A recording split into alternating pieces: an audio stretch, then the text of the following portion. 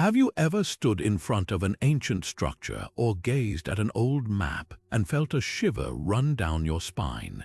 Something about these remnants of the past doesn't quite add up, like puzzle pieces from a different game entirely. Across the globe, our ancestors left behind geographic anomalies so baffling, so out of place, that even modern science struggles to explain them. These aren't just oddities, they're silent challenges etched into the earth, daring us to uncover their secrets. Picture this: vast stone circles aligned with celestial events with precision that defies the technology of their time. Underground cities carved so deep they could shelter thousands, yet their builders left no record of why. And then there are the maps, centuries-old charts depicting lands no human should have known about, drawn with an accuracy that seems impossible. These aren't just relics, they're whispers from a past that refuses to stay buried, hinting at knowledge lost to time. What if the civilizations we call ancient knew far more than we've ever given them credit for? That's the journey we're about to take together. From the towering ruins of South America to the sunken mysteries beneath the ocean, we'll explore 25 of the most enigmatic geographic anomalies left behind by the ancient world. Each one is a riddle wrapped in stone, a story waiting to be unraveled. Some might be the work of advanced engineering we've yet to understand, while others could point to forgotten chapters of human history. But one thing's for certain, by the end of this, you'll never look at the past the same way again. So let's step into the unknown and uncover the truth behind these astonishing remnants of a world that still has so much to teach us.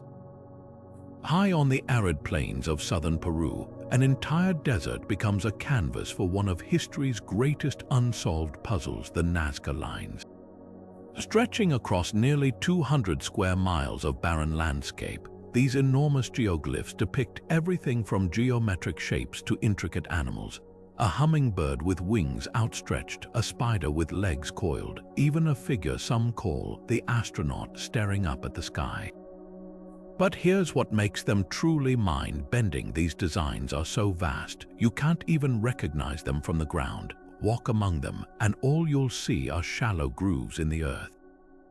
Yet soar above, and suddenly the desert transforms into a gallery of giants, some stretching over 1,200 feet long.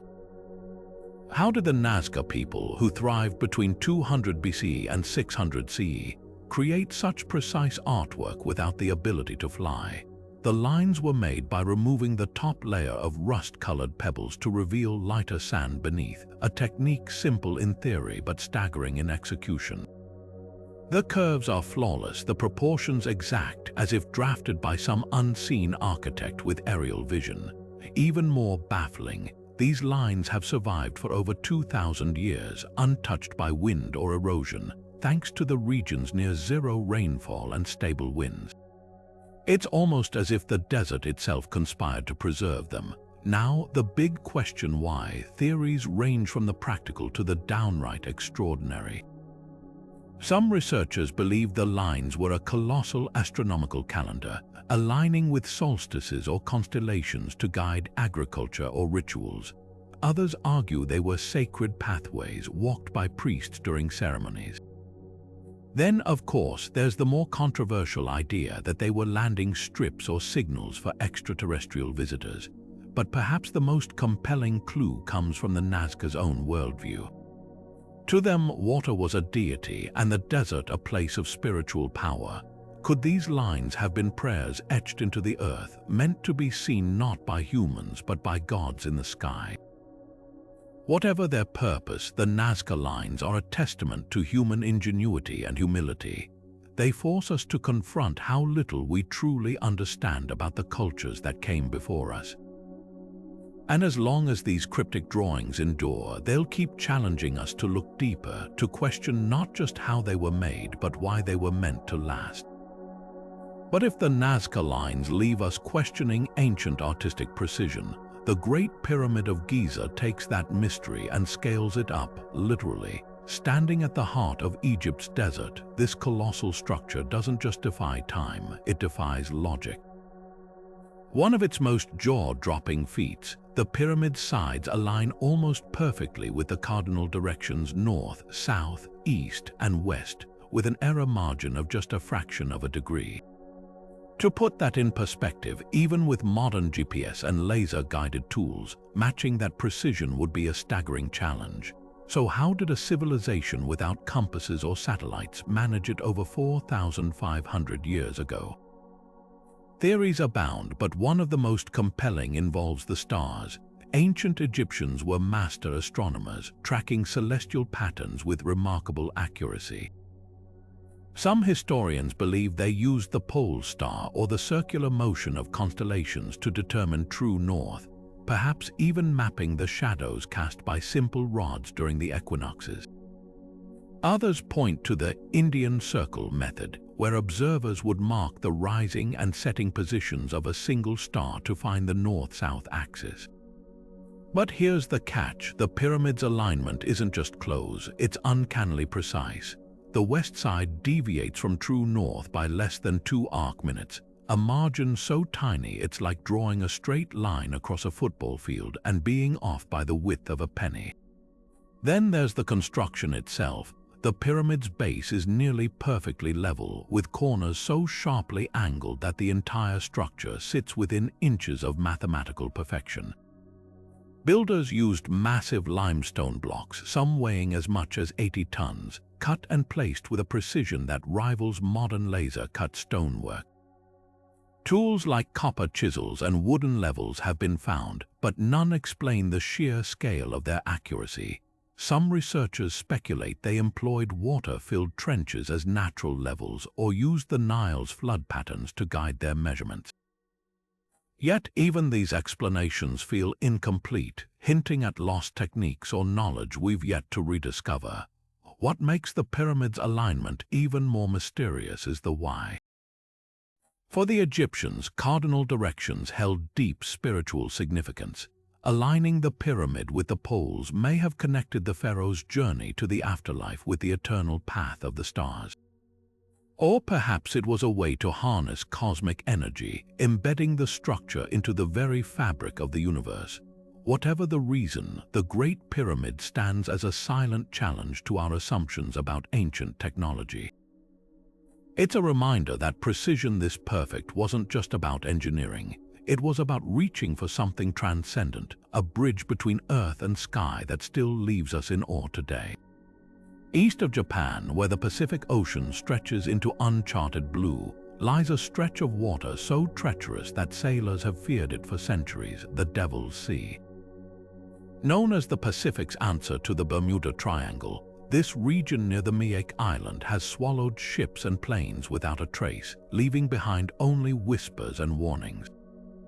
Ancient mariners spoke of sudden storms that appeared from nowhere, compasses spinning wildly as if the sea itself refused to be mapped. Even today, modern vessels report strange malfunctions, hear radar screens flickering into static, engines cutting out without explanation. But what makes this place truly eerie is how deeply its mysteries are rooted in history, stretching back long before the age of steel hulls or GPS.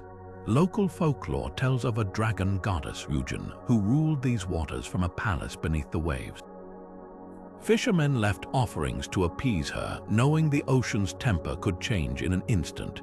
There's a chilling consistency to the stories, ships vanishing in calm weather, crews found adrift with no memory of what happened, or worse, never found at all.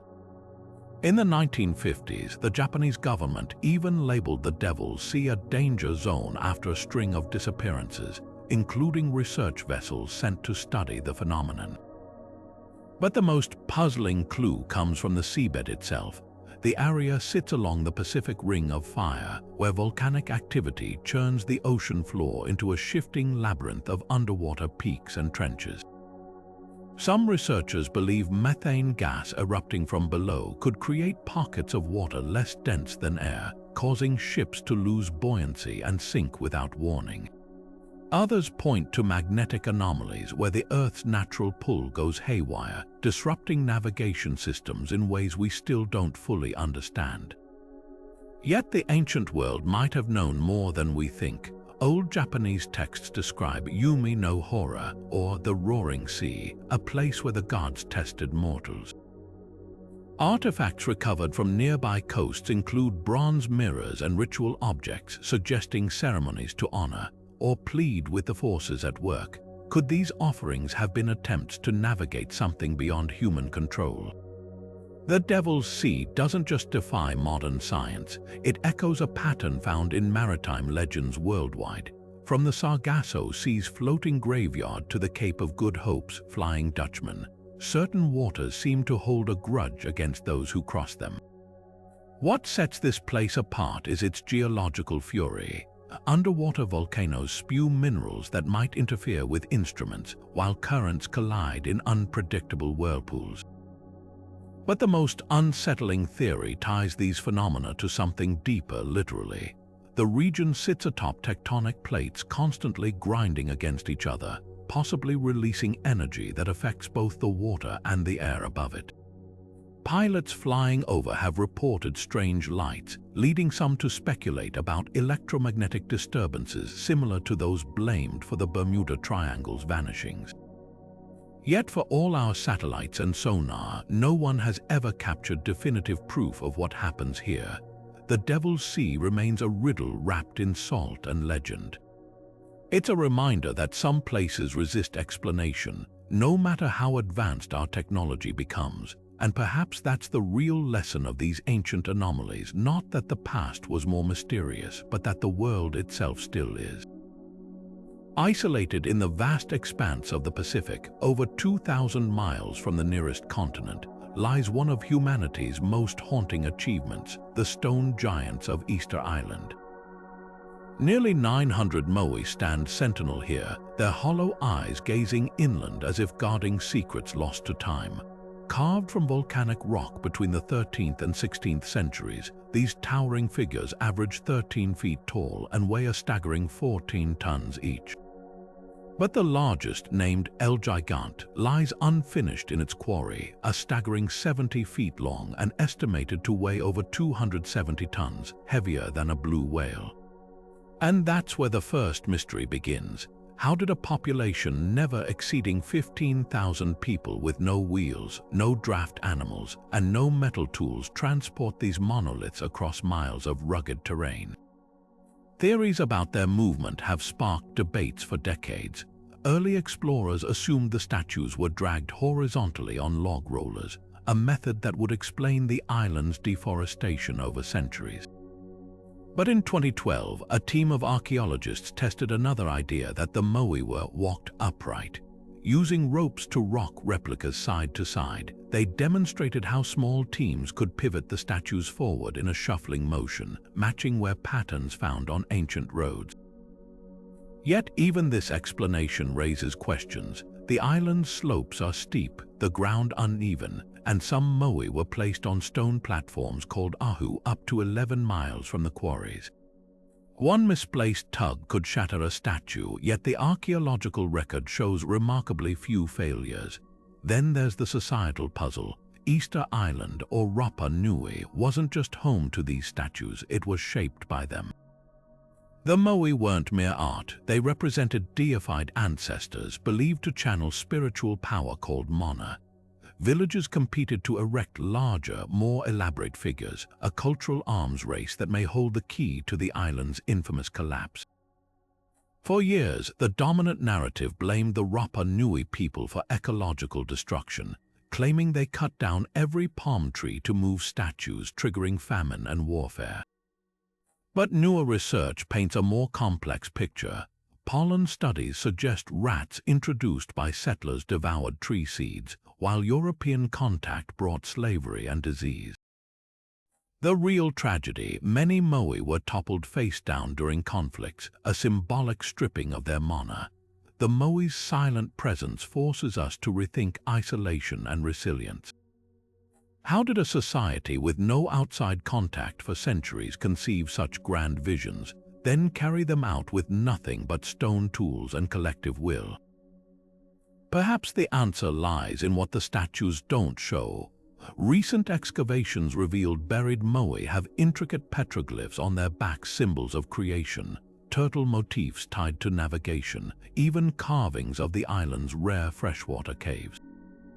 These hidden details suggest the Moai weren't just monuments. They were maps, prayers, and warnings all at once, and that's the real enigma of Easter Island. Not how the statues moved, but why their makers poured everything into them until the very land itself became part of the story. Beneath the crystal-clear waters off Japan's Yonaguni Island lies a site that blurs the line between nature and human hands, a sprawling, terraced structure with sharp angles, towering pillars, and what appear to be staircases ascending into nowhere. Discovered in 1986 by a diver searching for hammerhead sharks, the Yonaguni Monument has ignited a firestorm of debate. Is this a sunken city from a forgotten civilization, or merely a spectacular quirk of geological forces? The answer, like the structure itself, seems just out of reach, obscured by currents and time. The monument's most striking feature is its massive rectangular platform, nicknamed the Turtle, with edges so straight they look carved by tools. Nearby, twin megaliths form a narrow passageway eerily reminiscent of a ceremonial gate, while flat surfaces intersect at perfect 90-degree angles. Even the skeptics admit the formations feel intentional. Marine geologists point to the region's active tectonic shifts, arguing that sandstone fractures naturally along plains, creating stepped terraces through erosion. But then there's the circular pool, a depression with precise, concave walls that defy simple explanations of wave action, and the clincher tool marks allegedly found on some surfaces, though no one can agree if they're man-made or the result of scraping rocks. Proponents of the lost city theory, like researcher Masaki Kimura, claim Yonaguni matches descriptions of a mythical Pacific civilization called Mu, said to have sunk beneath the waves millennia ago. They highlight a stone tablet recovered nearby covered in undeciphered symbols, along with underwater roads that seem to connect the monument to other formations. Skeptics counter that nature is perfectly capable of creating illusions of design after all. The Giant's Causeway in Ireland was once mistaken for a mythical bridge. Yet even the most hardened geologists concede one point. The monument's location aligns with ancient shorelines, suggesting humans could have accessed it when sea levels were lower. What makes Yonaguni so tantalizing is its ambiguity. Unlike clearer ruins like Atlantis's hypothetical locations, this isn't a binary mystery. It forces us to question how we distinguish nature from artistry. If a civilization did carve these stones, their identity remains unknown.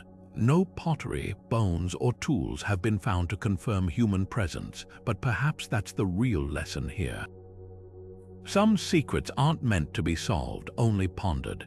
As currents sway the seaweed around Yonaguni's cryptic stones, they whisper a reminder. The ocean keeps its stories close, revealing just enough to keep us wondering. High in the Andes, at an altitude that leaves visitors gasping for breath, stands a lone stone gateway that seems to defy both time and logic. The Gate of the Sun, carved from a single block of andesite weighing nearly 10 tons, rises over the ruins of Tiwanaku like a frozen moment from another age. Its surface is covered in intricate reliefs, a central figure with rays bursting from its head, flanked by 48 smaller winged beings, each frozen in mid-stride. But it's not just the artistry that astounds, it's the precision. The gateway's proportions align with mathematical ratios found in nature, from flower petals to spiral galaxies, as if its creators encoded the universe's secrets in stone. What makes this monument truly enigmatic is how little we know about its purpose. The Tiwanaku civilization, which thrived here between 500 and 900 CE, left no written records, only this silent sentinel. Yet the gateway's design hints at a function far beyond decoration. The central figure, often called the staff god, clutches objects resembling agricultural tools, suggesting ties to fertility or harvest cycles. Even more compelling are the carving's celestial connections. The 48 figures could represent a lunar count, matching the time between solar eclipses, while the gate's alignment captures the sun's first rays during the winter solstice, illuminating the staff god's face like a spotlight. Some researchers believe the entire structure functioned as a sophisticated calendar, tracking not just seasons but planetary movements across generations. Then there's the puzzle of its construction. Andesite is notoriously hard, requiring diamond-tipped tools to carve today.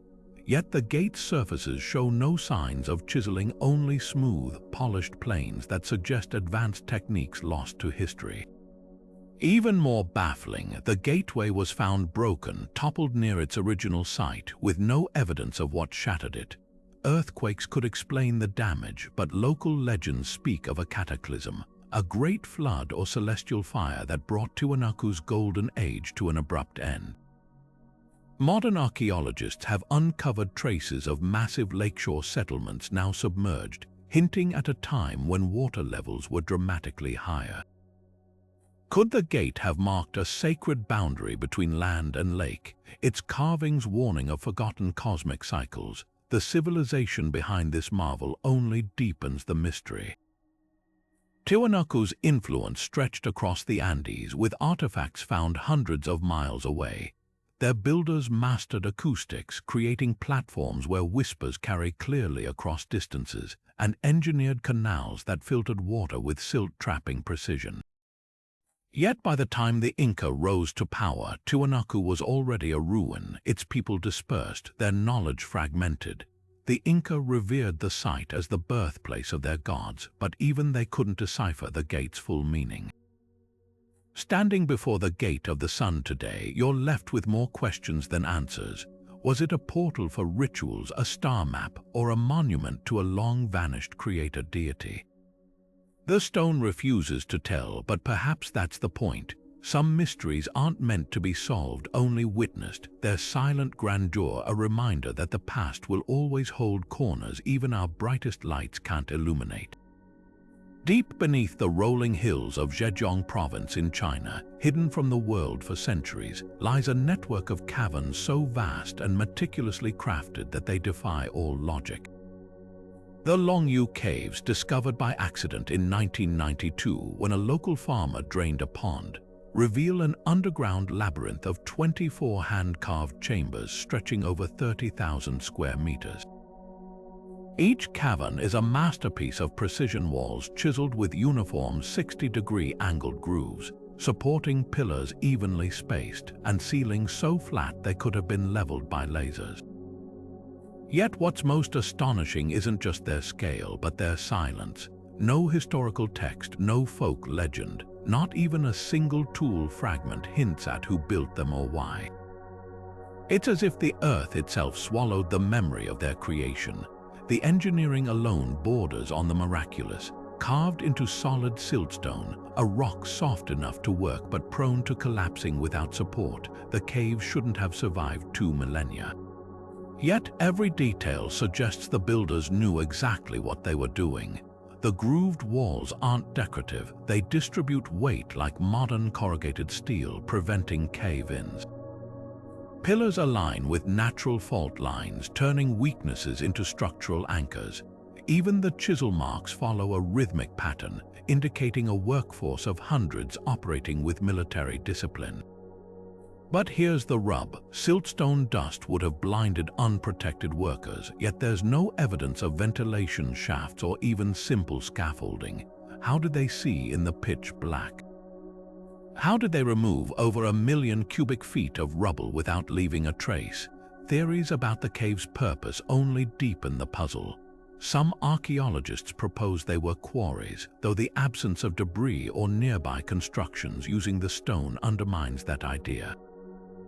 Others suggest secret military storage, yet no artifacts or scorch marks from torches have been found. The most tantalizing clue lies in the cave's acoustic properties. Certain chambers amplify whispers while others dampen sound completely, a feature seen in ancient ritual spaces worldwide. Could this have been a hidden temple, its builders erasing all records to protect its sanctity? Local legends speak of a lost emperor who commanded a paradise beneath the earth, but no ruler matches the timeline. Even more perplexing are the carvings of fish and birds found in one chamber, their styles resembling artwork from 2,000 years ago, yet too weathered to date precisely. Modern attempts to replicate the caves using traditional tools have failed. The labor and knowledge required exceed anything attributed to China's Warring States period when they were likely dug. Perhaps the most haunting question isn't how or why, but why we've heard nothing. A project this colossal would have required taxes, logs, orders, yet history is silent. It's as if the Longyou Caves exist outside time, a relic from a shadow civilization that left only this single, staggering footprint. And that's what lingers long after you leave their echoing halls, the unsettling sense that some stories aren't just lost, they were never meant to be found. Stretching across the Breton countryside in northwestern France, the Karnak stones form one of the most perplexing prehistoric landscapes on Earth. Over 3,000 megaliths stand in eerie, orderly rows, some towering twice the height of a person, others worn low by millennia of wind and rain. Arranged in alignments that run for miles, these stones have watched civilizations rise and fall since their placement between 4,500 and 3,000 BC, long before Stonehenge or the pyramids.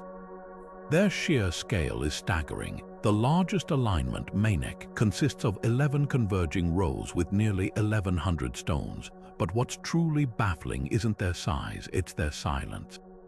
Unlike other ancient monuments, Karnak offers no carvings, no burial artifacts, no clear trail back to its creators, just granite sentinels standing guard over a secret we've yet to crack. Theories about their purpose swing from the practical to the otherworldly. One of the oldest legends claims the stones were a Roman legion turned to rock by the wizard Merlin, a poetic tale, but hardly archaeology. More grounded hypotheses suggest they served as astronomical calendars. Certain alignments point to solstice sunrises, much like Stonehenge, while others may track the moon's extreme positions during its 18.6-year cycle. Yet skeptics counter that not all rows fit celestial patterns, and the sheer density of stones implies a function beyond stargazing. Enter the earthquake detector theory. Brittany sits atop fault lines, and researchers have noted that the stone's placement corresponds with underground fractures. Some propose the megaliths acted as a seismic early warning system, their resonant frequencies changing subtly before tremors. Experiments show that certain standing stones vibrate at detectable frequencies when pressured, a phenomenon ancient builders might have observed over generations. Could Karnak have been a prehistoric laboratory where geology and ritual intertwined? Then there's the sacred path hypothesis. Many stones align with burial mounds and dolmens, suggesting processional routes for funeral rites or ancestor worship. The Kermario alignment, for instance, leads directly to a massive tomb, its entrance framed by towering menhirs. Others argue the rows created symbolic boundaries, separating the living world from the spiritual, a notion supported by Breton folklore, which long held that disturbing the stones invited curses. What's undeniable is the precision behind their placement. Despite lacking metal tools or written language, Neolithic builders sourced granite from miles away, shaped stones weighing up to 50 tons, and arranged them with a consistency that hints at shared knowledge across centuries. Recent laser scans reveal subtle wear patterns suggesting some stones were repeatedly rubbed or anointed, perhaps as part of healing rituals. Karnak's mystery lingers not in its grandeur but in its ambiguity. These aren't monuments to kings or gods, they're a communal project on a scale that defies modern imagination. Each theory, from star maps to earthquake alarms, reflects our own worldviews projected onto the past. The stones themselves remain mute, their true purpose as layered as the lichen clinging to their surfaces. And perhaps that's the lesson. Some ancient wonders weren't meant to send a message, but to make us pause and wonder. From the vast emptiness of the Mauritanian desert rises a geological wonder so immense it's best seen from space. The Richat structure, a colossal bullseye etched into the Earth's surface. Nearly 30 miles wide, this concentric rings of rock and sand resemble a giant's fingerprint, or perhaps more fittingly, the unblinking eye of the Sahara. For centuries, this formation was dismissed as a curious example of erosion until researchers noticed something unsettling. The dimensions, the layout, even the very shape of the richat match descriptions from a 2,000-year-old text with eerie precision. Plato's account of Atlantis, the parallels are hard to ignore. Plato described Atlantis as a city of concentric circles, alternating between water and land, built on a plain near towering mountains, just like the richat's location at the edge of Mauritania's Adrar Plateau. He wrote of exotic stones in red, black, and white colors mirrored in the richat's exposed rock layers. Even the timeline raises eyebrows. Plato claimed Atlantis fell around 11,600 years ago, and geological studies show the richat was lush and habitable during that period before the Sahara's desertification.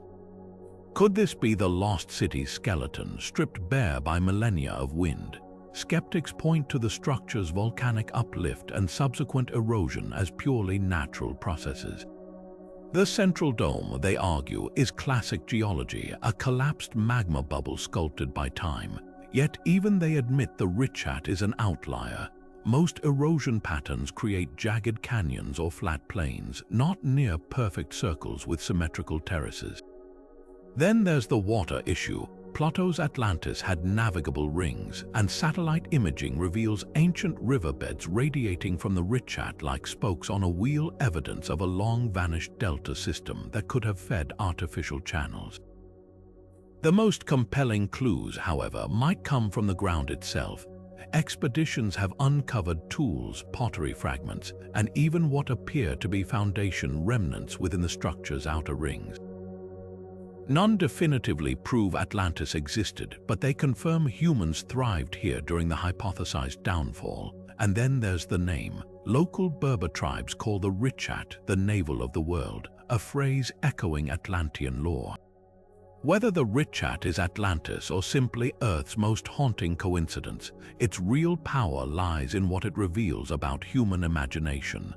The line between myth and history isn't always clear sometimes. It's written in stone, waiting for us to look up and see. Deep in the jungles and river valleys of Costa Rica, a mystery lurks beneath the tangled vines, hundreds of perfectly spherical stone balls, some as small as oranges, others rivaling the height of a grown man and weighing over 16 tons.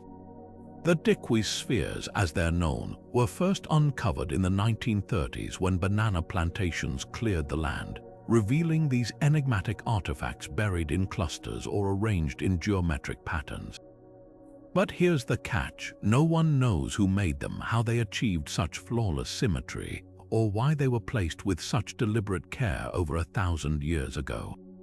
The precision of these spheres defies the tools and technology attributed to the pre-Columbian cultures of the region. Carved from gabbro, a hard volcanic rock, and occasionally from limestone or sandstone, each ball displays near mathematical perfection.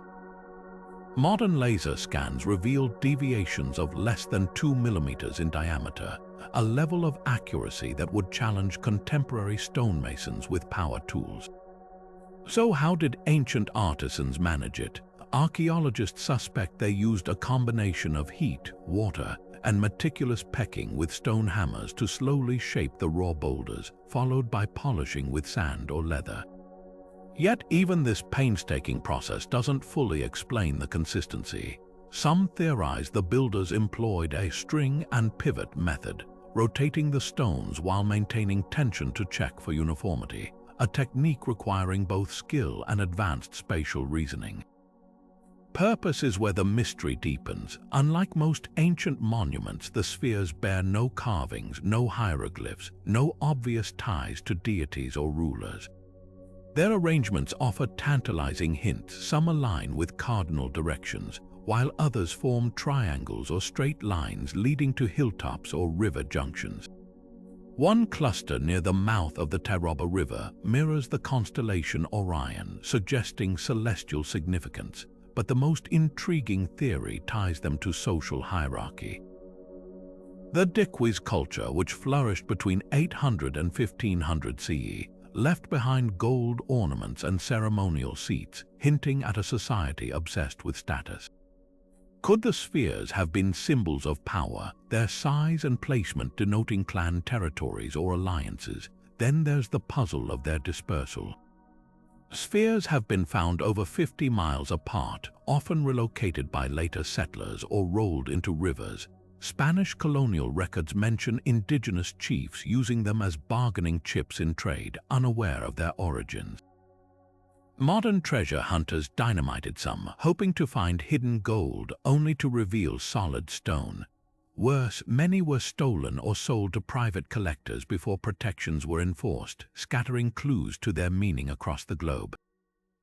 What lingers today is an eerie testament to a lost world. The sphere's smooth surfaces, untouched by erosion or time, seem almost alien in the riotous green of the jungle. They resist categorization, not quite art, not quite tools, not quite monuments. Perhaps that's their greatest lesson. Some ancient creations weren't meant to send a single message, but to provoke awe across centuries. And as long as these silent orbs watch over Costa Rica's landscape, they'll keep challenging us to reconsider what we think we know about the past. Off the western coast of India, where the Arabian Sea swallows the horizon, divers have uncovered a submerged city so ancient it blurs the line between myth and history. Dwarka. According to Hindu scriptures, this was the legendary kingdom of Lord Krishna, a metropolis of gold and jewels said to have vanished beneath the waves after his death.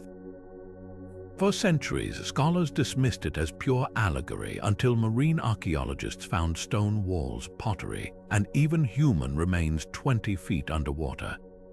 The discovery ignited a firestorm. Could these ruins truly be the fabled Dwarka? And if so, how did they end up on the ocean floor? The artifacts tell a story far older than expected. Carbon dating places some relics at 9,000 years old, a timeline that would rewrite India's history. Massive stone blocks arranged in grid-like formations suggest urban planning ahead of its time. Anchors weighing hundreds of pounds hint at a bustling port, while recovered seals match descriptions in the Mahabharata, the epic that first chronicled Dwarka's glory. But the most haunting find, a stone slab etched with a three-headed animal, a symbol tied directly to Krishna's mythology. Skeptics argue the ruins could belong to a later settlement that borrowed the legend, yet the sheer scale of the submerged structures defies simple explanations. Over 5 acres of foundations stretch across the seabed, with some walls still standing 15 feet tall despite millennia of tides. Geologists weigh in with another clue. Sea level records show this coastline was dry land around 12,000 years ago before melting glaciers drowned it. That aligns eerily with Hindu texts describing Dwarka's sudden inundation. But here's where science and scripture diverge. While ancient accounts speak of a cataclysmic flood, researchers point to gradual submersion over centuries. The debate rages on. Are these ruins the literal Dwarka, or proof that the legend was inspired by a real drowned city? What's undeniable is the craftsmanship. The underwater walls use interlocking joints, a technique thought to be millennia younger. Coral-encrusted pottery shards bear a glaze unmatched in nearby land sites, suggesting trade routes lost to time. Even the layout echoes descriptions of Krishna's circular city, with radial streets converging toward a center now buried under silt. Dwarka's greatest gift isn't answers, it's perspective. Whether myth or reality, its stones remind us that every legend might hold a kernel of truth, waiting for the tides to retreat just long enough to reveal it. And as long as those ruins whisper from the deep, they'll challenge us to rethink how deeply history and story intertwine. Rising from the savanna in southern Africa, the stone walls of Great Zimbabwe stand as a silent rebuke to centuries of colonial denial. This sprawling complex of granite towers, curved enclosures, and labyrinthine passages was once the heart of a kingdom so wealthy its gold trade reached as far as China and the Arab world. Yet for generations, European explorers refused to believe Africans could have built it, attributing the ruins to everything from Phoenician traders to the biblical Queen of Sheba. The truth, as archaeology now confirms, is far more fascinating. At its peak between the 11th and 15th centuries, Great Zimbabwe was a metropolis of 20,000 people, its stone architecture unmatched in sub-Saharan Africa. The walls, built without mortar from precisely cut blocks, curve and climb with an artistry that defies their function. The most iconic structure, the conical Great Enclosure, stretches over 800 feet in circumference, its interior lined with mysterious monoliths topped by carvings of birds. These soapstone sculptures aren't just art, they're clues. The birds, now national symbols of Zimbabwe, may represent ancestral spirits or royal lineage, their perch-like bases suggesting they once stood atop towering pillars. Trade was the lifeblood of this civilization. Excavations have uncovered Persian glass, Chinese celadon pottery, and even Indian beads, evidence of a mercantile network stretching across the Indian Ocean. Gold from Zimbabwe's mines was so abundant that Arab chroniclers wrote of a ruler who could command the winds to fill his coffers, but the real marvel lies in the city's logistics. How did a kingdom with no written records administer such far-flung commerce? The answer might lie in the ruins' layout. The hill complex, believed to be the royal residence, overlooks the valley like a sentinel, its sightlines allowing control over incoming caravans. Below, the valley ruins' tight alleyways suggest a bustling artisan quarter where goldsmiths and weavers turned raw wealth into trade goods. Then there's the puzzle of abandonment. By the mid-15th century, Great Zimbabwe was deserted. Climate data points to prolonged droughts, while soil samples hint at overgrazing by cattle herds. But the most compelling theory involves politics. As trade routes shifted, rival kingdoms like Mutapa emerged, fracturing Zimbabwe's monopoly. Yet the ruins show no signs of war or fire, just a gradual fading, as if the stones themselves knew their time had passed. What makes Great Zimbabwe extraordinary isn't just its scale, but its resilience of both the structures and the truth. For all the attempts to erase its origins, the stones endured, whispering a legacy no colonial myth could silence. And in that endurance lies a lesson. History isn't written by those who tell the loudest stories, but by those who leave monuments that outlast lies. High atop a sun-baked plateau in Lebanon's Bekaa Valley, the ruins of Baalbek guard one of antiquity's most jaw-dropping engineering puzzles. Here, nestled within the Temple of Jupiter, lies a trio of limestone blocks so enormous they've earned the name, the Trilithon, each one stretching 64 feet long, 14 feet high, and weighing a staggering 1,000 tons. That's heavier than 3 fully loaded Boeing 747 jets, but the real shocker, these aren't even the biggest stones at the site. Just a stone's throw away lies an even more monstrous block, nicknamed the Stone of the Pregnant Woman, quarried but never moved. At 69 feet long and an estimated 1,650 tons, it remains the largest known piece of stone ever carved by human hands. The question isn't just how ancient builders lifted these megaliths, it's how they even conceived of such a feat without modern machinery. The Romans, who built the temple complex around 2,000 years ago, claimed credit for Baalbek's grandeur. But clues suggest they might have been inheritors, not originators. The Trilithon stones sit at the base of the temple, forming a platform that predates the Roman columns above. Their joints are so precise you can't slip a razor blade between them, a technique seen in much older sites like Peru's Sacsayhuaman, even more telling. The quarry where these blocks were cut lies nearly a mile away, with no evidence of ramps or cranes capable of moving such mass. One theory suggests workers used a combination of wooden sledges, rollers, and lever systems, lubricating the path with olive oil to reduce friction. Experiments show this could work, but only with thousands of laborers coordinating flawlessly for months. Then there's the wild card, vibration technology. Ancient texts describe sound levitation used to move massive stones, and some researchers point to Baalbek's unusual acoustics.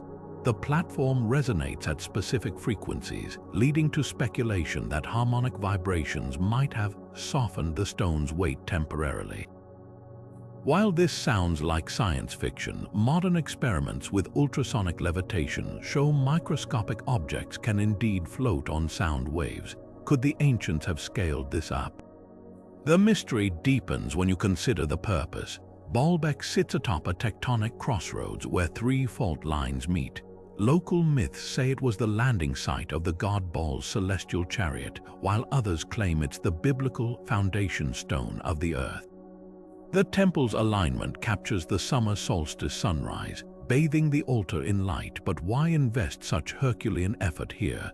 Some argue the megaliths stabilized the earthquake-prone ground, their mass acting as a shock absorber. Others see a statement of power, a deliberate or tactic to humble visitors. What's undeniable is the audacity. These stones weren't just placed, they were orchestrated, a symphony of physics and willpower that still humbles engineers today.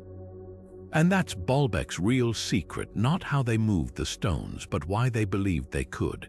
In a world without calculators or cranes, that confidence might be the most astonishing anomaly of all. Hidden in the misty highlands of northern Laos, a strange and haunting sight stretches across the landscape, vast fields scattered with thousands of ancient stone jars, some standing upright like sentinels, others toppled and cracked with age. Known as the Plain of Jars, this archaeological enigma consists of over 90 sites, each holding anywhere from a single massive vessel to clusters of hundreds, some weighing several tons. Carved from sandstone, granite, and limestone, these jars vary from 3 feet to nearly 10 feet tall, their interiors hollowed out with painstaking precision. But the real mystery isn't their craftsmanship, it's what they were meant to hold and why they were placed here, high in the hills, far from any known settlement. The most widely accepted theory ties these jars to burial rituals. Excavations have uncovered human remains, burial goods, and ceramic discs believed to have served as lids, suggesting the jars functioned as urns or coffins.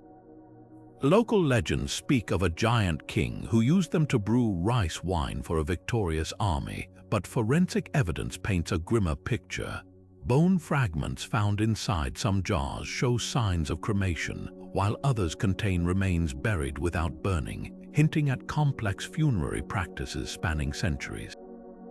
Some researchers propose a sky burial tradition, where bodies were placed in the jars to decompose before bones were collected for secondary burial, a practice seen in other Southeast Asian cultures. Yet the burial theory doesn't explain everything. Why are some jars arranged in precise geometric patterns while others seem randomly placed? Why do a few sites feature jars carved with humanoid figures, their features eroded but their presence undeniable? An alternative hypothesis suggests the jars stored food or water, perhaps for traders traveling ancient routes through the mountains. The region's cool climate could have preserved perishables, turning these highland plains into a prehistoric pantry. But if that's true, why invest such effort into permanent stone containers when bamboo or clay would suffice? The jars' origins only deepen the puzzle. Dating places their creation between 500 BC and 500 CE, likely by the Mon Khmer people, yet no tools or workshops have been found nearby. Even more perplexing is how the jars were transported, some quarried from mountains miles away, then moved uphill without wheels or draft animals. Some locals whisper that the jars walked into place at night, guided by spirits. What lingers today is a landscape both solemn and surreal. Bomb craters from the Vietnam War pockmark some sites, a stark reminder of how recently these ancient relics faced destruction. Yet the jars endure, their purpose as layered as the jungle slowly reclaiming them. They remind us that some mysteries aren't meant to be solved, only respected. Their silence a testament to cultures who left no written records, but whose legacy is carved in stone. Perched on a windswept hill in southeastern Turkey, Göbekli Tepe shatters everything we thought we knew about the dawn of civilization. This sprawling complex of carved stone circles isn't just old, it's unthinkably ancient, dating back nearly 12,000 years. To put that in perspective, it predates Stonehenge by 6 millennia and the pyramids by 7. But what makes it truly revolutionary isn't just its age, it's the fact that it was built by hunter-gatherers, a people we've always assumed were too preoccupied with survival to erect monuments. Göbekli Tepe doesn't just defy expectations, it flips the script on human progress itself. The site's grandeur is staggering. Massive T-shaped limestone pillars, some weighing over 20 tons, stand in concentric rings like frozen giants. Many are intricately carved with foxes, scorpions, and vultures, animals that held deep symbolic meaning for these ancient people. The craftsmanship is so refined, so deliberate, that it suggests generations of knowledge passed down long before the first cities rose. But here's the twist, there's no evidence of permanent settlement nearby. No houses, no granaries, just this temple rising from the barren landscape like a mirage. That's what stumped archaeologists when it was discovered in the 1990s. Conventional wisdom said agriculture came first, allowing humans the stability to build. Göbekli Tepe proves the opposite. Here, ritual came before farming. This revelation sparks a radical question: what if religion, not necessity, spurred the agricultural revolution? The temple's location hints at an answer. Situated at the northern edge of the Fertile Crescent, its builders would have witnessed wild wheat and barley thriving in the region. Some researchers argue that feeding the laborers and pilgrims drawn to Göbekli Tepe may have pressured these hunter-gatherers to cultivate crops, tipping humanity into farming. Imagine that, not bread birthing gods, but gods birthing bread. The mysteries only deepen when you consider how it was built. Without beasts of burden or metal tools, how did they quarry and move these monoliths? The pillars were carved from nearby bedrock, but transporting them even a mile would have required hundreds of people coordinating with ropes and sledges, a level of social organization previously deemed impossible for this era. Even more puzzling is what happened afterward. Around 8000 BC, the site was deliberately buried, each ring painstakingly covered with thousands of tons of earth. Was it a ritual closure, a way to retire sacred space, or did the builders fear what they'd awakened? Göbekli Tepe's greatest gift isn't just rewriting history, it's humbling us. For centuries, we've assumed civilization marched in a straight line. First food surplus, then villages, then temples. This site laughs at that simplicity. It whispers that our ancestors were capable of staggering collective effort long before we thought possible, that spirituality might be the oldest human technology of all. And as long as those carved pillars stand, they'll keep challenging us to rethink what it means to be advanced. High in the Andes, overlooking the ancient Inca capital of Cusco, stands one of humanity's most baffling architectural achievements, the fortress of Sacsayhuaman. Its towering zigzag walls, built from colossal limestone blocks, fit together so tightly that not even a sheet of paper can slide between them. But it's not just the precision that astounds, it's the sheer impossibility of their construction. Some stones weigh over 300 tons, their surfaces curved and interlocked like a three-dimensional puzzle, with no mortar to hold them in place. How did a civilization without wheels, iron tools, or even a written language accomplish such a feat? The answer might lie in a theory as radical as the stones themselves, that the Inca somehow softened or melted the rock to mold it like clay. The melted rock hypothesis stems from the wall's uncanny appearance. Unlike typical stonework with chisel marks, many blocks at Sacsayhuaman have rounded edges and seamless joints, as if the stone flowed into place before solidifying.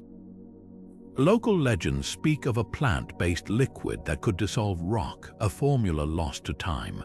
Modern experiments show certain organic acids, like those found in the Andean potato vine, can indeed soften sandstone over weeks of application. But could this explain the fortress's megaliths, Skeptics argue the process would be too slow for large-scale projects, yet the wall's undulating surfaces and scoop depressions suggest something beyond hammer and chisel. Even more telling are the stone's peculiar knobs, small protrusions on their faces that resemble handles, possibly used to maneuver softened blocks into position before the material rehardened. Then there's the logistics. The quarry for these stones lies over 20 miles away across rugged mountain terrain. Transporting them would have required thousands of laborers, yet Inca roads and rope bridges weren't designed for such mass. Some researchers propose the blocks were dragged on wet clay tracks to reduce friction, while others point to the site's strategic acoustics. Certain spots amplify sound waves that might have helped coordinate teams. But the most compelling clue comes from the wall's design itself. The zigzag pattern isn't just artistic, it's structurally genius, dissipating seismic energy like a natural shock absorber. During earthquakes that leveled Spanish colonial buildings, Sacsayhuaman's walls stood unshaken, their interlocking stones flexing without breaking. What truly captivates about Sacsayhuaman isn't just the how, it's the why. This wasn't merely a fortress. Its alignment captures the summer solstice sunrise, casting shadows that form sacred patterns. Underground tunnels weave beneath it, possibly linking to Cusco's mythical gold-filled corridors. Even the name hints at deeper meaning. In Quechua, Sacsayhuaman translates to satisfied falcon, a nod to the Inca belief that the site's shape mirrored a celestial bird guarding the city below. Whether the walls were molded by chemistry or sheer ingenuity, their legacy endures as a testament to a civilization that saw stone not as an obstacle, but as a living material to converse with. And perhaps that's the real secret, that the greatest monuments aren't built against nature, but in harmony with it. Scattered across Bolivia's high-altitude plains, the ruins of Puma Punku resemble the skeletal remains of some colossal, otherworldly machine. Unlike any other ancient site on Earth, this complex is built from geometric blocks so precisely cut they look as though they were shaped by lasers. The most iconic are the H-shaped slabs, each weighing up to 80 tons, featuring razor-sharp edges, perfectly flush surfaces, and minuscule drill holes that appear machined rather than chiseled. Even more baffling, these stones are made of diorite and andesite, two of the hardest rocks on the planet, requiring diamond-tipped tools to carve today. How could a civilization over 1,000 years old, without even the wheel, achieve such microscopic accuracy? The debate over Puma Punku's origins hinges on these impossible details. Mainstream archaeology attributes the site to the Tiwanaku culture, which thrived between 500 and 1000 CE. Yet the Tiwanaku left no records of their construction methods, and their known tools, simple bronze chisels and hammerstones, seem laughably inadequate for the task.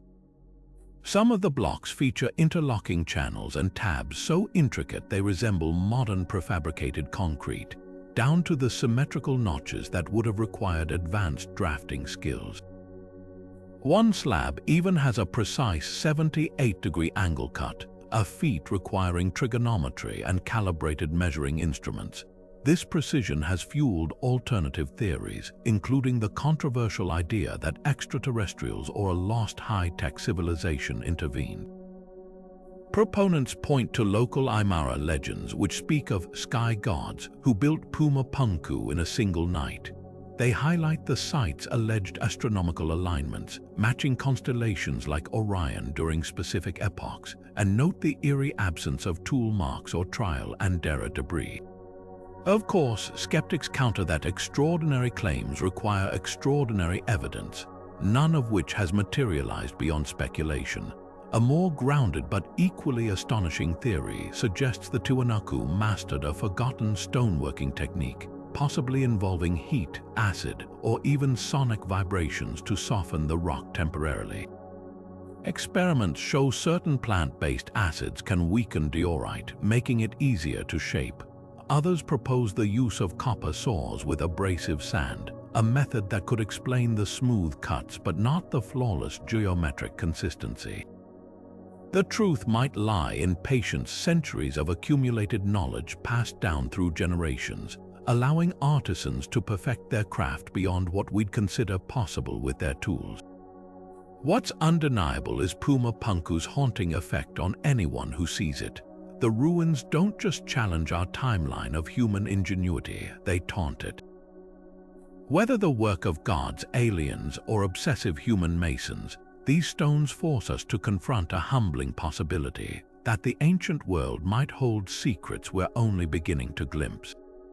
And as long as those jagged silhouettes cut into the Bolivian sky, they'll keep daring us to rethink what we know about the past. Standing alone on England's Salisbury Plain, Stonehenge has captivated humanity for millennia, not just as a ring of stones, but as a riddle wrapped in myth and geometry. This iconic monument, constructed in stages between 3000 and 2000 BCE, is far more than its postcard image suggests.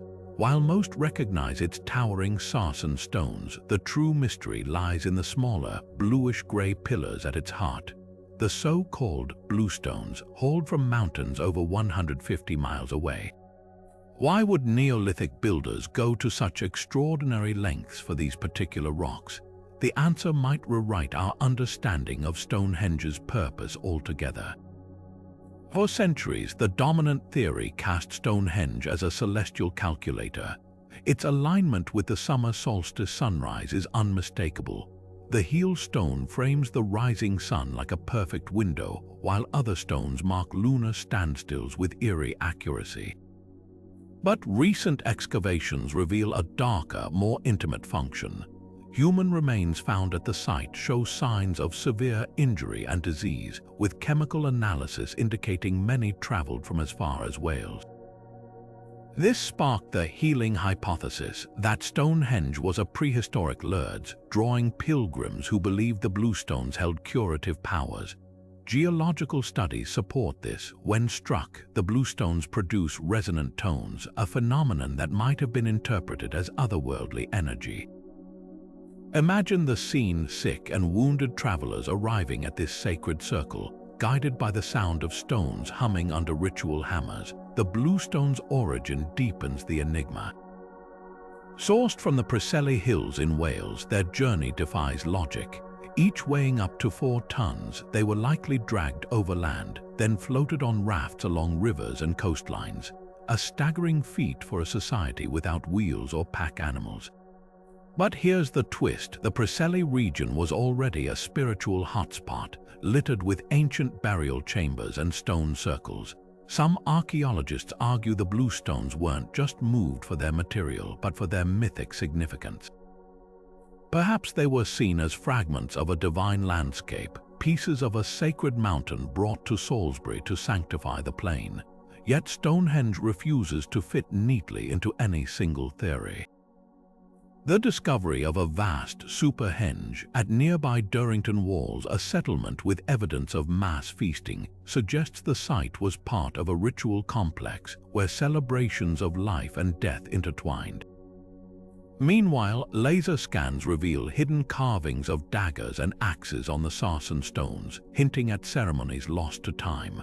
What makes Stonehenge endure isn't its grandeur, but its refusal to surrender its secrets. It stands as a testament to human ingenuity and humility. Every layer peeled back reveals another question, another clue to a world where stone and sky, science and spirit were never truly separate. And as long as those bluestones whisper in the wind, they'll keep challenging us to listen closer. Beneath the sun-baked plains of Cappadocia in Turkey lies a labyrinth so vast it could hide an entire civilization, the ancient underground city of Derinkuyu. Carved deep into the region's soft volcanic rock, this sprawling subterranean world descends 18 levels, reaching depths of nearly 200 feet, with enough space to shelter an estimated 20,000 people. But what kind of society would choose to live in perpetual darkness, and what were they hiding from? The city's design is a masterpiece of survival engineering. Narrow, twisting corridors could be sealed off with massive stone doors, each weighing up to a ton, designed to roll into place like bolts on a vault. Vertical ventilation shafts, some stretching over 150 feet to the surface, provided fresh air to even the deepest chambers, while concealed wells tapped into underground rivers, ensuring a steady water supply. Livestock pens, wineries, churches, and even schools were all carved into the rock, suggesting Decoded wasn't just a temporary refuge, it was a fully functioning society hidden beneath the earth. Historians trace the city's origins to the Phrygians around the 8th century BCE, though it may have been expanded by early Christians fleeing Roman persecution.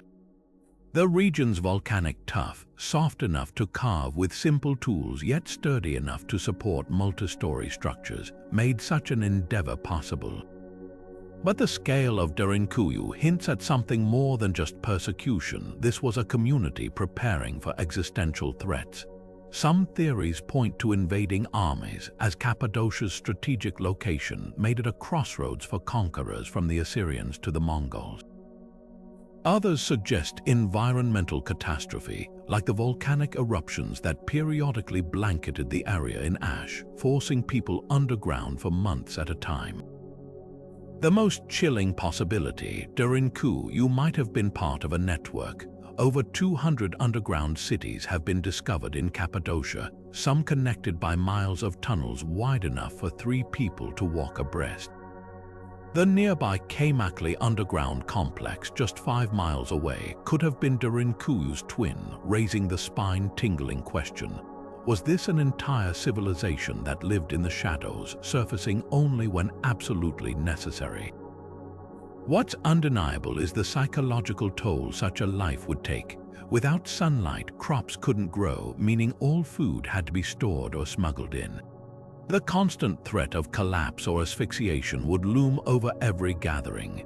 Yet the city's art tells another story. Crosses etched into walls, makeshift chapels with pews carved from rock, a testament to the human need for hope even in the darkest places. Decoded's deepest mystery isn't how it was built, but why its people chose to stay. Was it fear, faith, or something else entirely? As you stand in those silent, lamp-lit corridors today, the air heavy with ancient dust, you realize some answers are buried too deep to ever fully uncover. Emerging from the jungles of ancient Mexico, the Olmec colossal heads stand as silent, stoic witnesses to a civilization that defies easy explanation. Carved from single blocks of volcanic basalt, these towering sculptures weigh up to 50 tons each and depict faces with unmistakably African features, broad noses, full lips, and rounded cheeks, a detail that has fueled debate for decades. How did these striking visages come to exist in Mesoamerica over 3,000 years ago, and what do they reveal about the enigmatic Olmec, often called the mother culture of the Americas? The heads were first uncovered in the sweltering lowlands of Veracruz and Tabasco, where the Olmec thrived between 1500 and 400 BC. 17 have been found to date, each unique, wearing individualized headgear resembling helmets or caps. Some researchers suggest these adornments represent ballgame gear, signaling the wearer's status as players or warriors in a ritual sport. Others argue they're symbols of rulership, with the carved faces portraying actual Olmec kings or deities. But it's the African resemblance that sparks the most controversy. Mainstream archaeology attributes the features to stylistic choice or even the natural erosion of soft stone, while alternative theories propose transoceanic contact with African voyagers long before Columbus. Genetic studies of Olmec remains show no African lineage, yet the uncanny resemblance lingers, a puzzle wrapped in basalt. The stones themselves tell a story of staggering effort. Sourced from the Tuxtla Mountains, some 50 miles from the Olmec heartland of La Venta, the basalt blocks were likely transported on rafts along rivers, then dragged overland using ropes and log rollers, a feat requiring hundreds of laborers and impeccable coordination. The tools available to the Olmec, simple stone chisels and abrasives, make the precision of the carvings even more remarkable. Eyebrows, nostrils, and even earlobes are rendered with lifelike detail, suggesting generations of sculptural knowledge. But the real mystery lies in the head's purpose. Unlike later Mesoamerican art, which teems with religious symbolism, these sculptures feel startlingly human. Were they memorials to fallen leaders, guardians of sacred spaces, or perhaps trophies of conquered rivals, their features exaggerated to humiliate? The Olmec's legacy only deepens the intrigue. They pioneered the Mesoamerican ball game, devised an early writing system, and may have even influenced the Maya calendar. Yet they left no written records explaining their own rulers or rituals. The colossal heads then become their autobiography in stone, a cryptic one at that. As you stand before these weathered giants today, their expressions seem to hover between defiance and melancholy, as if holding secrets they refuse to surrender. And perhaps that's their power, not to answer our questions, but to remind us how much history still lies buried, waiting to be unearthed. Rising from the Valley of Mexico like a geometric mirage, Teotihuacan's Pyramid of the Sun dominates a city so meticulously planned it feels like it was dropped from the heavens. This colossal structure, standing 216 feet tall with a base rivaling the Great Pyramid of Giza, anchors an urban grid that defies the chaos of nature. Every avenue, plaza, and temple aligns with eerie precision to celestial events. But the real shock isn't just the scale, it's the anonymity. Unlike the boastful monuments of Egypt or Rome, Teotihuacan's builders left no inscriptions, no king lists, not even a name for their metropolis. We call it Teotihuacan, the place where the gods were created, a title given by the Aztecs centuries after its abandonment. So who were these master planners, and why did they vanish without a trace? The city's layout reads like a cosmic blueprint.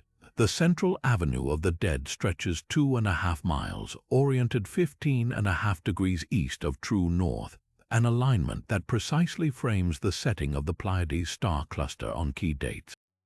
The Pyramid of the Sun itself sits at the intersection of two invisible lines, one marking the sun's zenith passage when it's directly overhead, another aligning with the nearby Cerro Gordo mountain, a sacred site believed to channel terrestrial energy.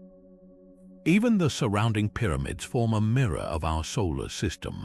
Their relative distances from the Pyramid of the Sun match the orbits of planets from the Sun with 98% accuracy. Such precision demands advanced astronomical knowledge, yet Teotihuacan predates the Aztec calendar by over 1,000 years. Debates rage about who orchestrated this celestial symphony. Some argue the Totonacs, a culture later displaced by the Aztecs, laid the foundation. Others point to the mysterious Teotihuacano elite, whose art depicts serpent deities and butterfly warriors but never names a ruler. The most tantalizing clue, a tunnel discovered beneath the Pyramid of the Sun in 2010, filled with liquid mercury, jade offerings, and a chamber lined with pyrite mirrors, objects associated with shamanic journeys to the underworld. This suggests the pyramid wasn't just a temple but a portal, its alignment harnessing celestial and terrestrial forces for rituals we can barely fathom. Then there's the enigma of abandonment. By 750 CE, Teotihuacan was a smoldering ruin, its palaces burned in what appears to be a calculated revolt. No invaders left their mark. This was an uprising from within. Some archaeologists believe a peasant class overthrew the theocratic elite, weary of laboring for cosmic ambitions. Others cite climate records showing catastrophic droughts, turning the city's sacred springs to dust. But perhaps the most haunting evidence lies in the ruins themselves, skeletons of nobles with their hands bound, buried with treasures they once controlled. Teotihuacan's silence speaks volumes. In a world where ancient monuments usually shout their builders' glory, this city whispers.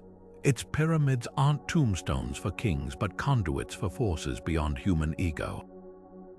And that's what lingers, not just the mystery of who built it, but why they chose to vanish, leaving behind a skyline that still hums with the memory of gods.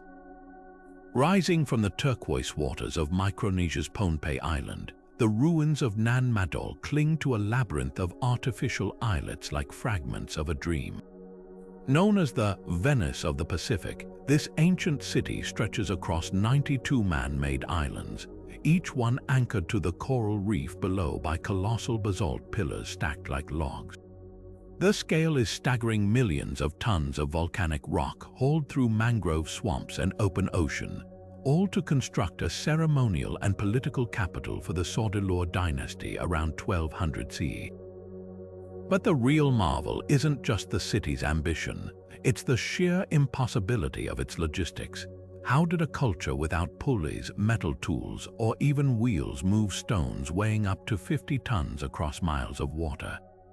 The construction defies conventional wisdom. The basalt columns, some 20 feet long, were quarried from the opposite side of the island, where volcanic cliffs still bear the scars of their removal. Workers likely pried them loose using wooden levers and fire, then dragged them to the coast on log rollers, a Herculean effort even on land. But the real challenge came when they hit the water. To transport the stones to the reef, builders may have lashed them to outrigger canoes or bamboo rafts, battling tides and currents to navigate the shallow channels. Once in place, the pillars were stacked crisscross in alternating layers, creating foundations stable enough to support temples, tombs, and royal residences. The precision is mind-boggling. Gaps between stones are so tight you can't slide a blade between them, yet no mortar was used. Local legends speak of magic of twin sorcerers who summoned a dragon to fly the stones into place. Modern archaeologists, however, point to something equally extraordinary: generational knowledge. The Saudeleur rulers commanded a highly stratified society, with laborers likely dedicating their entire lives to the project. But even with unlimited manpower, the physics remain perplexing. Some researchers speculate the builders used tidal patterns to their advantage, floating stones at high tide and anchoring them as the water receded. Others suggest they constructed temporary causeways of coral rubble, now lost to erosion.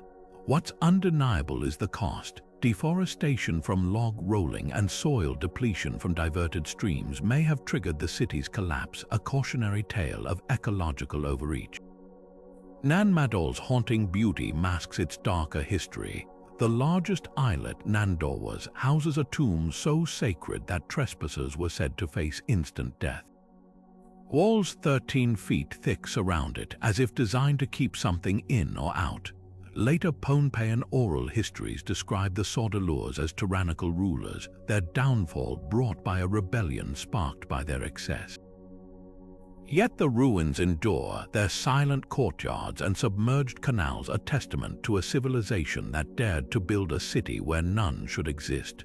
Walking among these moss-covered stones today, you're left with one unsettling thought. Some achievements aren't just monuments to human ingenuity, but to the price of hubris. Beneath the cerulean waters off the coast of a tiny Greek island, a corroded lump of bronze and wood lay hidden for 2,000 years until a storm in 1901 pushed divers toward a shipwreck that would rewrite history. What they hauled up wasn't just another artifact, but a device so out of place in the ancient world that scholars initially dismissed it as medieval debris misplaced in the wreck. Later, X-rays would reveal the truth: the Antikythera mechanism, a celestial calculator of staggering sophistication, its gears and dials whirring with the motions of the cosmos. This wasn't merely a tool, it was the first known analog computer, a machine that could predict eclipses, track Olympic cycles, and map the erratic dance of planets across the sky, all with precision that wouldn't be matched for another millennium. The mechanism's complexity is breathtaking. Over 30 interlocking bronze gears, some with teeth cut to microscopic tolerances, worked in concert to simulate the heavens. A handle on the side served as the input, turning gears that rotated concentric dials displaying the positions of the Sun, Moon, and 5 known planets. One dial even accounted for the Moon's elliptical orbit, a subtlety ancient astronomers shouldn't have understood. The back of the device featured a spiral calendar predicting solar and lunar eclipses based on the Mesopotamian Saros cycle, while tiny inscriptions acted as a user manual explaining celestial events in elegant Greek script. What's truly chilling, this level of engineering wouldn't reappear until the astronomical clocks of 14th century Europe. So how did a civilization we associate with togas and triremes produce something that feels ripped from a steampunk novel? The answer may lie in the device's possible origins. Cicero wrote of a similar machine built by Archimedes in the 3rd century BCE, and the Antikythera mechanism's design suggests it came from the workshops of Rhodes, home to famed astronomer Hipparchus. Hipparchus championed theories of planetary motion so advanced they rivaled Kepler's theories, now etched in bronze inside this device. But here's the haunting part. This shipwreck occurred around 60 BCE, meaning the mechanism's knowledge was already being transported, possibly to Rome when it was lost to the sea. Imagine the alternate history if it had arrived. Would Galileo have stood on the shoulders of giants who'd already mastered celestial mechanics? What makes the Antikythera mechanism more than a curiosity is the shadow it casts across time. Its very existence implies a lineage of lost technology, a Hellenistic tradition of gearwork and astronomy that vanished when Rome's rise prioritized conquest over cosmic inquiry. Only 3 fragments survive, their secrets still being decoded with modern CT scans. Yet each revelation deepens the mystery. Why is this the only one ever found? Were there others, their bronze melted down for coins or swords? And most unsettling of all, what else did the ancient world know that we've yet to rediscover?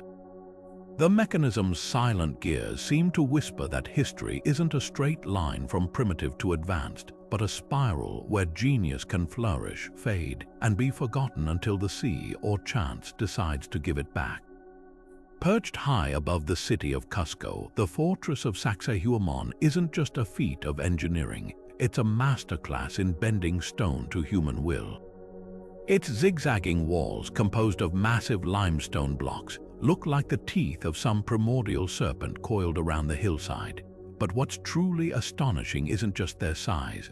Some stones weigh over 300 tons. It's how they've withstood centuries of earthquakes that flattened colonial cathedrals built right beside them.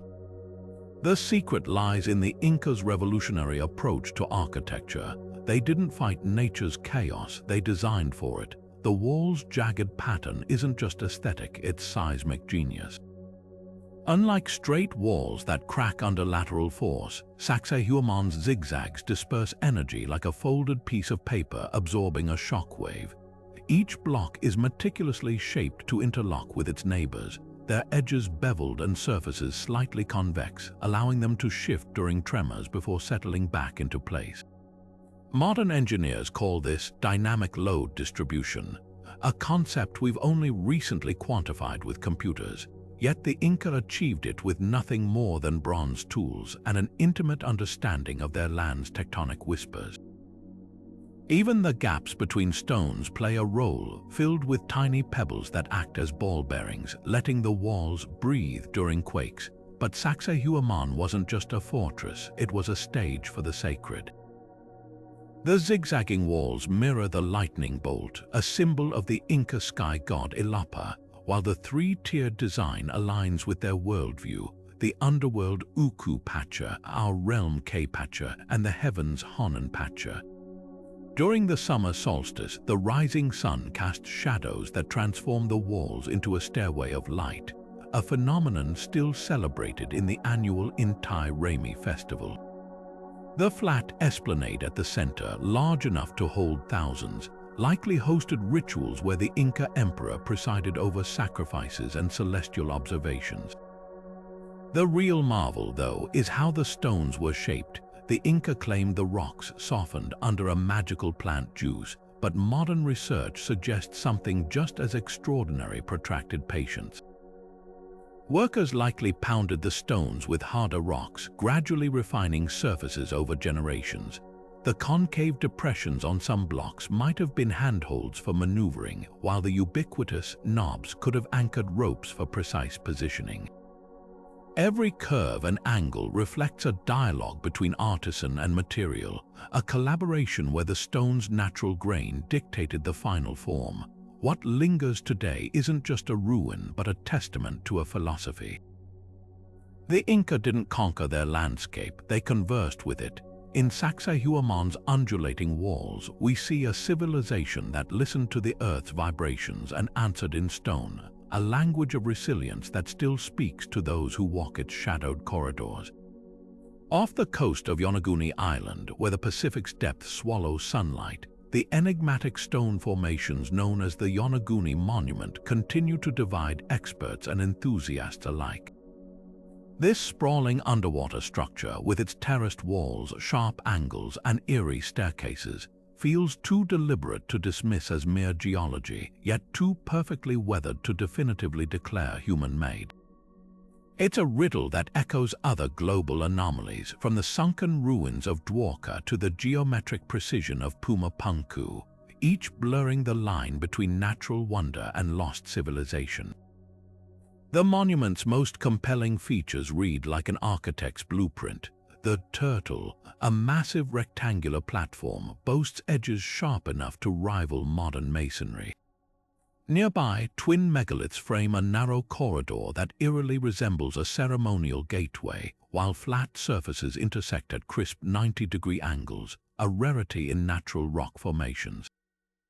Marine geologists argue that tectonic activity and sandstone's tendency to fracture along plains could create such features over millennia. They point to similar formations like Northern Ireland's Giant's Causeway, where hexagonal basalt columns were long mistaken for mythological ruins. But Yonaguni's circular pool complicates this theory. Its concave walls curve with unnatural symmetry, as if carved by tools, and local divers swear they've spotted chisel marks on certain stones. Proponents of the artificial origin theory, like researcher Masaki Kimura, draw parallels to other submerged sites. The monument's stepped terraces recall Indonesia's Gunung Padang, a pyramid-like structure buried beneath volcanic rock, while its alignment with ancient shorelines mirrors India's Gulf of Combat, where sonar images reveal grid-like patterns drowned by rising seas. Even more tantalizing are the tool-like artifacts Kimura's team claims to have recovered: stone implements and a tablet etched with cryptic symbols, though skeptics dismiss these as coincidental or misdated. The debate hinges on a deeper question: how do we define natural in a world where erosion can mimic intention? Yonaguni's formations might sit at the intersection of geology and human intervention. Ancient cultures often enhanced natural features for ceremonial use. Think of Peru's Maranhão, where pre-Inca peoples carved altars into existing rock outcrops. Could Yonaguni have been a sacred site, its natural foundations modified by hands now lost to time? What lingers is the monument's haunting ambiguity. Unlike the clearly carved pillars of Baalbek or the calibrated gears of the Antikythera mechanism, Yonaguni refuses categorization. It's a Rorschach test in stone, revealing as much about our longing for lost worlds as it does about the past. And perhaps that's its power, not to answer, but to remind us that some mysteries are best left floating in the deep, where the tides of curiosity never quite reach the bottom. From the celestial precision of the Great Pyramid to the submerged enigmas of Yonaguni, these 25 anomalies aren't just curiosities. They're seismic cracks in the foundation of history as we know it. Each one forces us to confront uncomfortable truths. That ancient civilizations may have possessed knowledge far beyond what we've credited them with, that entire chapters of human ingenuity might be lost to time, and that the line between myth and reality is far thinner than modern textbooks suggest. Consider the Antikythera mechanism, a Greek computer predicting eclipses millennia before Newton's calculus, or Puma Punku's laser-like stone cuts in an era supposedly limited to bronze chisels. These aren't mere coincidences, they're glaring inconsistencies in the timeline we've constructed, like finding a smartphone buried in a medieval castle. What binds these mysteries together isn't just their strangeness, but what they reveal about human ambition. From Easter Island's isolation to Baalbek's megalithic audacity, our ancestors repeatedly achieved the impossible with nothing but patience, collective will, and an intimacy with natural forces we've since forgotten. The Olmec head's African features, the Richat structure's Atlantean echoes, even the Longyou Caves' engineered silence, they whisper of connections and technologies we're only beginning to piece together. And perhaps that's the greatest lesson. History isn't a straight path from primitive to advanced, but a spiral where brilliance can emerge, vanish, and re-emerge in cycles we're still learning to trace. But here's the thrilling part: we've likely only scratched the surface. For every Derinkuyu or Nan medal we've uncovered, how many more lie buried beneath jungles, oceans, or the shifting sands of deserts? What if Göbekli Tepe isn't the oldest temple, but simply the oldest one we've found? The world is still rich with uncharted ruins, undeciphered scripts, and oral traditions that might hold kernels of truth. That's where you come in. Whether you're convinced these anomalies point to lost technologies, forgotten civilizations, or something even more extraordinary, the conversation doesn't end here. Share your wildest theories in the comments. Maybe your idea will be the key to unraveling the next great mystery. After all, the past isn't dead. It's not even past. And sometimes all it takes is a curious mind to listen to what the stones have been trying to tell us all along.